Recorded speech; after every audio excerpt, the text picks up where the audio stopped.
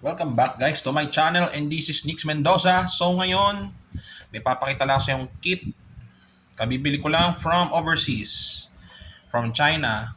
Yep, this is made in China. So hindi siya Tamiya, made by Daxing third party kit. Ang hirap kasing humanap ng Tamiya neto at ang mahal ng bentahan. May nakita ako, may nagbebenta around 3,000. So ito, around 350 pesos. So, this is the Daxing Broken Gigant Black Special. So, unbox lang natin guys. Pakita ko lang sa inyo. Ito yung box. Ito yung content niya sa box. So, meron na siyang kasamang motor.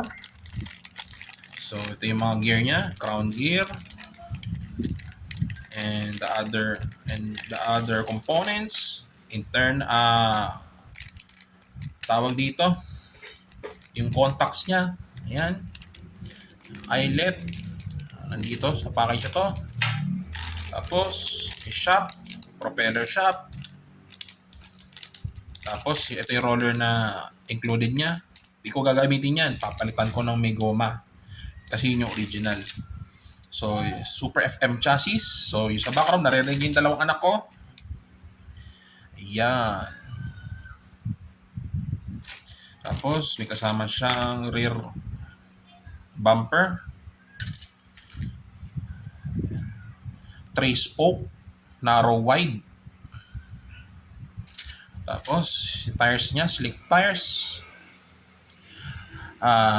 Kung mapapansin nyo, medyo makintab siya. Kasi sa Tamiya, hindi siya ganyan kakintab. Although, parehas sila ng texture. Okay. So, Eternals, made from smoke black. Eternals. Ito yung cowl niya.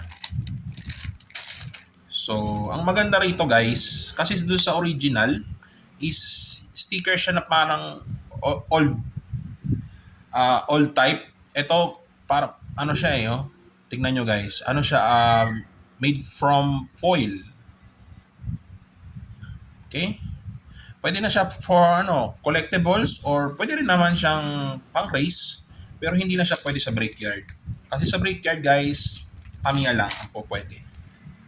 So yun lang guys, gusto lang ipakita sa inyo itong nabili kong kit from China. Nabili ko siya sa TikTok, Daxing ang brand niya. So ang Daxing ay isa sa mga pinakamagandang brand ng third party when it comes sa mga mini 4-wheel drive. So yun lang guys, thank you for watching, and this is Nix Mendoza. See you on my next videos.